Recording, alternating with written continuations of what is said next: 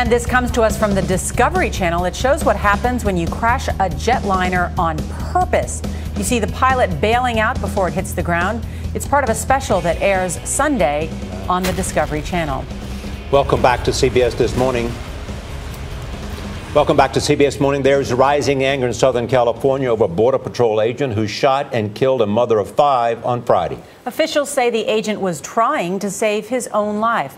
Police in Chula Vista, California are still investigating. And as Bill Whitaker reports, local residents say there was no reason for the shooting. I want to know why she died. What was the purpose? Why did she die? That painful question of the grieving father of Valeria Alvarado is being asked by an entire community. At a vigil last evening, the slain woman's husband was inconsolable. Her son seemed in shock.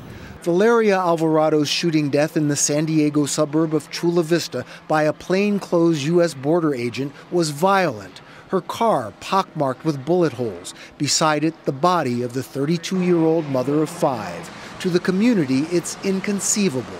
They didn't have to shoot her! To authorities, it's inconclusive. The Border Patrol says the plainclothes agent was in the neighborhood serving a warrant when Alvarado ran him down. The agent feared for his life. It was hit by the vehicle and carried several hundred yards on the hood. Before fearing for his life, did discharge his weapon to get the vehicle to stop. Witnesses tell conflicting stories. From my apartment, I could see just a car stop in the middle of the street and a guy coming and walking to the front of the car and just shooting about 12 times. The guy was riding on the hood, and then when he was riding on the hood, actually the car stopped in the middle of the road, and I heard the guy yelling, "Stop." Border watchdog groups say Alvarado is the 15th person killed by border agents in the last 2 years. It's very alarming. It's one death is too much. Valeria Alvarado knew men in uniform. Her father, a prison guard. Her brother, a staff sergeant in the Army. Whatever we get out of it, we just get the truth in an honest investigation. When I stop and think about the way she's gone, all these shots fired, it hurts my body just to think the way she felt. The agent involved in the shooting was released from the hospital with no serious injuries. Local and federal authorities are investigating what happened here. I wish this will be just a terrible dream.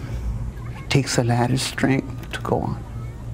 For CBS This Morning, Bill Whitaker in Los Angeles.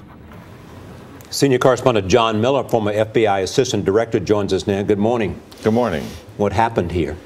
Well, they're still piecing it together, but the preliminary information, and because it's preliminary and this is confusing, that could change. But what appears happened is they're executing a drug warrant on a location.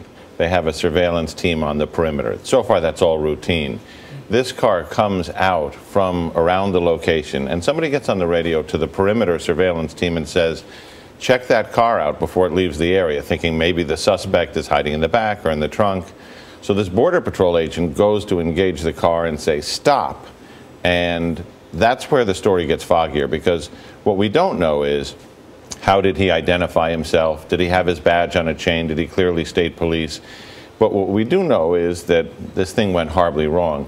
It's possible that from the perspective of the driver, Miss Alvarado, she may have seen a guy in plain clothes, possibly with a weapon, and thought, I'm being carjacked, and tried to drive the car away with him on the hood, trying to shake him off.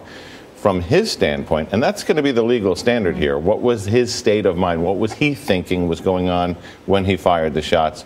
From his state of mind, he might have thought, this person may well be a drug suspect because they're driving me away on the car while I'm yelling, stop, stop, police. So how do you determine his state of mind?